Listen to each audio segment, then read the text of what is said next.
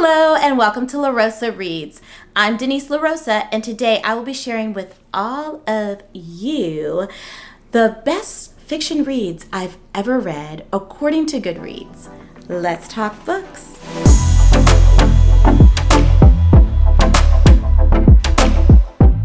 They say imitation is the greatest form of flattery, and I absolutely love Riley Marie and her channel.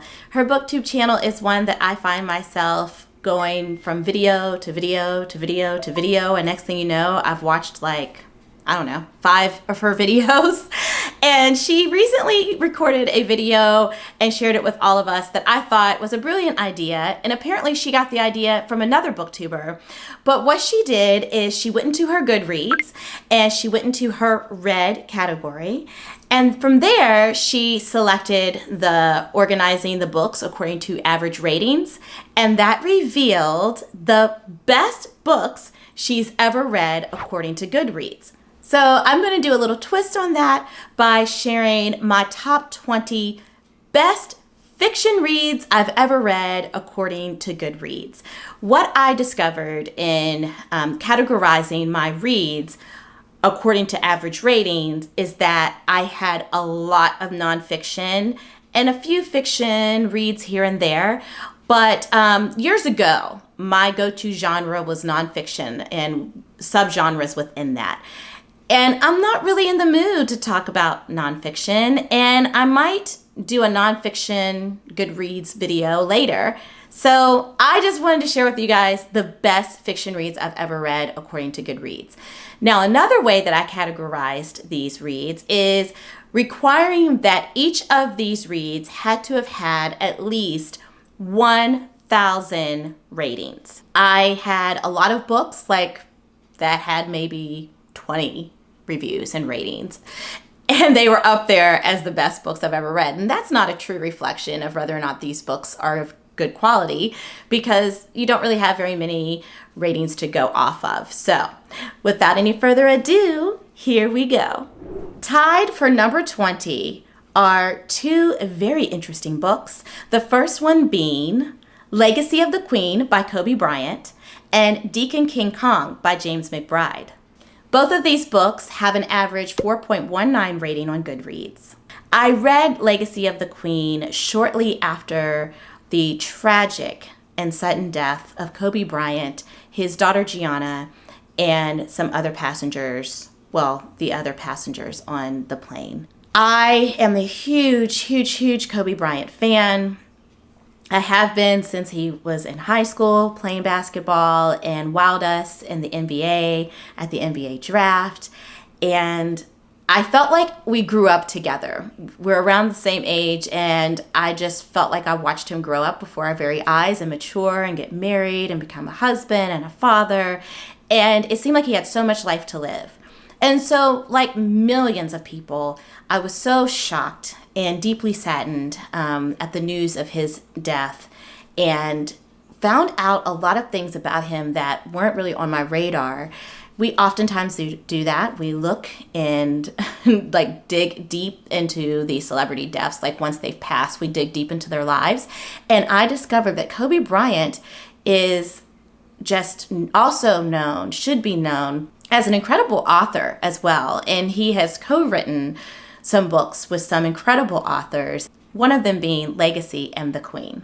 I have to agree. I gave this book, I believe, a 4-star rating. It is so magical, mystical, and you also have sports tied in. We have this young girl who is a highly gifted tennis player without any really formal training. She has this gift, and there's some magic involved, and it's just a sheer delight. I got lost in this book, and I highly recommend it. Deacon King Kong is arguably my favorite book that I've ever read as of this date in the year 2022. There's just so much I love about it, and I'm so happy to see that this book is in my top 20 of best reads ever according to Goodreads. Coming in at number 19 is The Vanishing Half. I am not surprised to see this book in the top 20. It is full of so many layers, so many hot issues, hot topics around identity, from the concept of passing, Black people who are light-skinned passing as white, as well as being trans, being in a relationship that is complicated when it comes to gender identity. It has so much going on, and it's been everywhere. People love this book, and I did as well. The next two books are graphic novels, and in at number 18 is El Deafo. Believe it or not, for my doctoral studies, I was assigned to read a graphic novel, and my degree is in language literacy and culture. And there was this sense of needing to lift up the genre of graphic novels and legitimize it and recognize it as a legit genre that has the ability, the power to captivate and capture young readers and bring them to books and help them to fall in love with books. And so this one was great. I loved it. And it was somewhat autobiographical and really just full of emotion. I loved it. And at number 17 is New Kid by Jason Reynolds. This was awesome. This was an awesome read. I actually read it for the school where I work at. They, at the time, had a Girl Scouts troop. They don't anymore, which they should. We should do that. But anywho, back in 2020, over the summer, it was during the quarantine, the beginnings of the pandemic, and they were unable to meet in person, but wanted to do something meaningful in response to all that was happening in society. And so the troupe decided to read New Kid because it deals with a lot of issues around identity, around socioeconomic status, race, and going to an independent school. And I read this book with them, and it was amazing. Number 16 is a middle grade novel, and it is A Mall Unbound. I found A Mall Unbound to be just a deeply moving, profound, enlightening read. And I think people of all ages should read this book. I think that I was able to lean into and learn more about Middle Eastern culture. And that sounds broad. There was more specific, demographically speaking, more specific identifiers that were addressed in the book. And it's been a while, so I'm a little fuzzy. But this young girl was just having this deep desire to learn. And it helped me be more appreciative of the opportunities that I have that we often take for granted, where in some countries, young girls are not allowed or not given permission to learn and go to school. And so you follow this girl who is having to make a choice, having to sacrifice her desire of learning to take care of her family. And you follow her journey, which is just full of very traumatic events. And I just loved it. It was a book selection, a literary selection for a class at my school that I supported them by teaching some co-lessons with the teacher and helping them understand equity and inclusion. So, yay, I'm all unbound. Coming in at number 15 with a rating of 4.20 is Parable of the Sower. And this book by Octavia Butler was a book that I was kind of forced to read. I shouldn't say forced. It's not like somebody made me do it, but I committed to reading all of A-Marie's book club selections. And so I couldn't make an exception with this one, although I was really creeped out by the grotesque and graphic occurrences and descriptions of occurrences. But I went for it, and it was really eerie because I read it in January of 2021, right as the insurrection was taking place. And this book takes place in 2024. And the irony of how this book that was written like in the 90s, like how so many things had come to pass, it was just downright scary. I was like really freaking out. It was hard for me to sleep at night after reading that book. However, it was an amazing experience. I'm really grateful that I read that book. At number 14 is The Sweetness of Water by Nathan Harris, his debut novel that was also an Oprah's Book Club selection. And I have talked about it in my favorite reads of 2021 way back when. So I have a video for that. We'll be sure to put it up in the cards for you. I found this book to be just so like profound. And I was just reading it and constantly thinking, how could this be his debut novel? And how can he be so young and write such a prolific, enlightening book? It was incredible. So no surprise that it's here. Number 13 is With the Fire on High. And I was a little surprised to see this one in the top 20. I love the author so much. And forgive me because I don't have her books on hand. Elizabeth, and I'll have to think of her last name. I'll have my husband put that up there for you. And I did not find this to be my favorite book of hers, but I was entertained by it.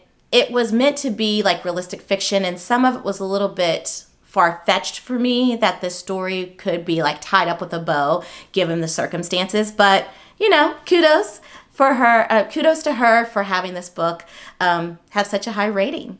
Number 12 is Harbor Me by Jacqueline Woodson, and I read this book as well as some others in this list for the school that I work at to help support the students in navigating some of the issues that are brought up in these books. And this book was a quintessential middle grade book that uncovered a lot of societal challenges, a lot of identity issues of identity and equity and inclusion.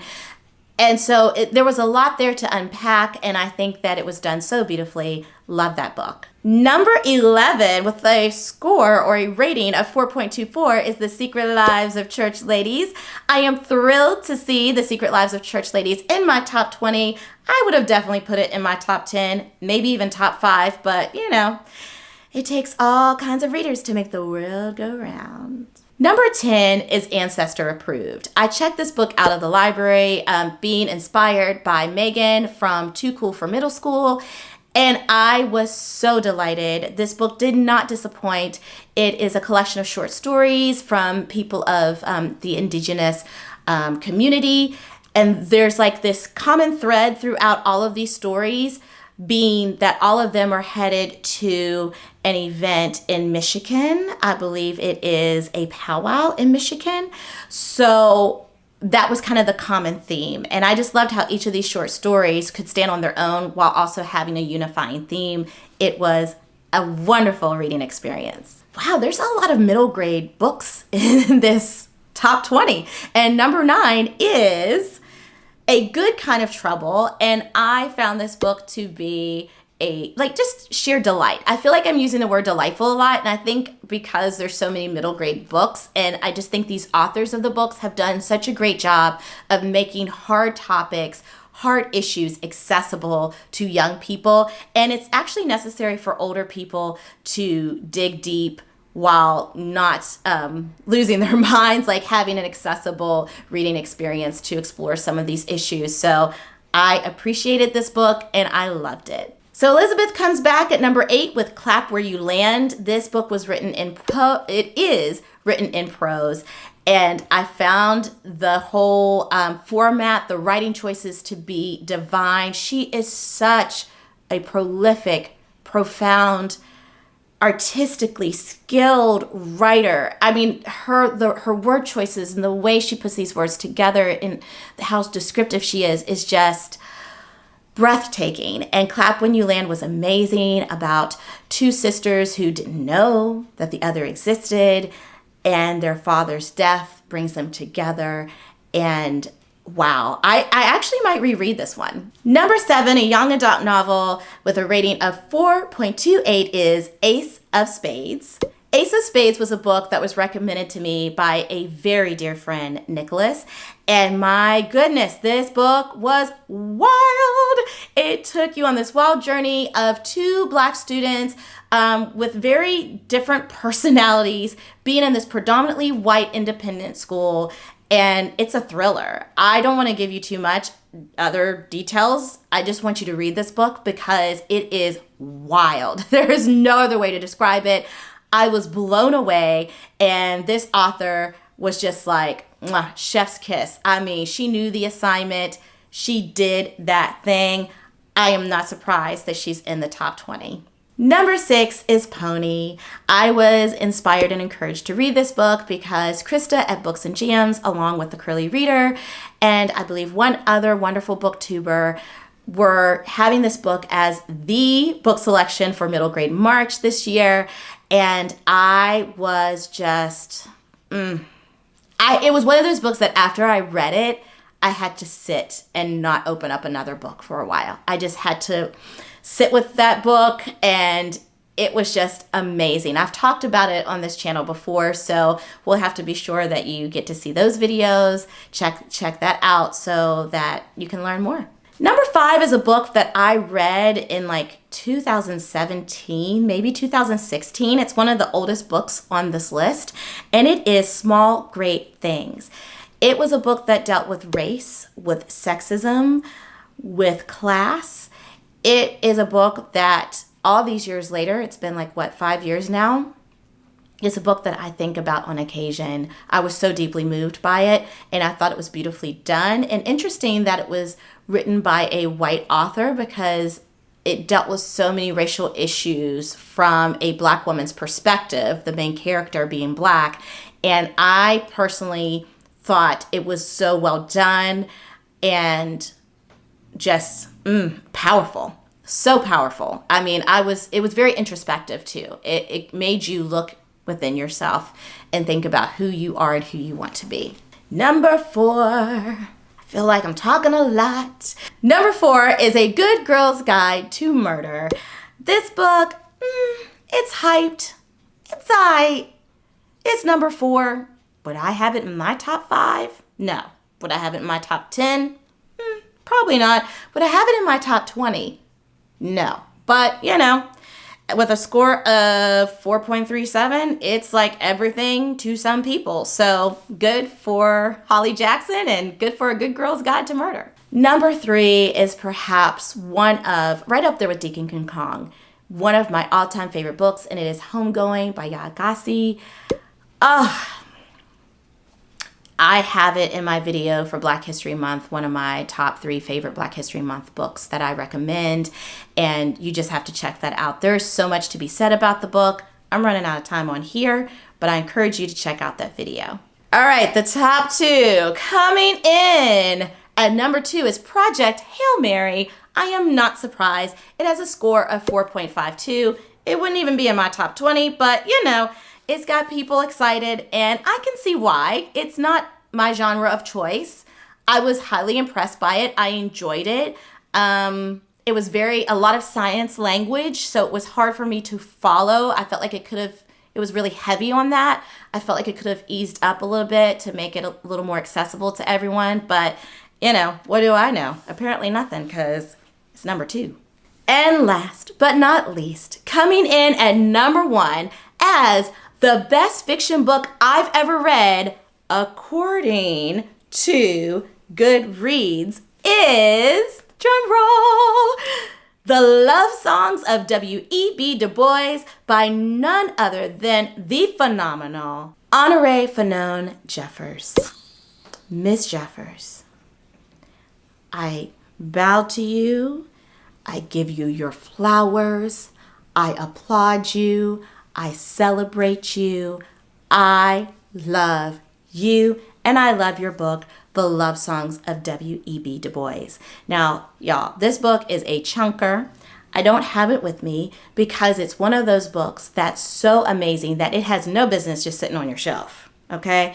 If you got this book sitting on your shelf collecting dust, what are you doing?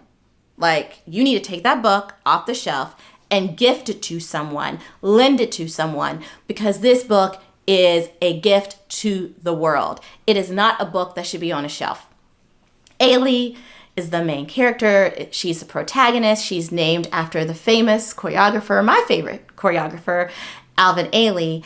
And this multi-generational story is just, as a Black woman, I am just blown away at how relatable it is, how universal it is for us Black women. There's so many universal themes while at the same time having some unique lived experiences by the characters.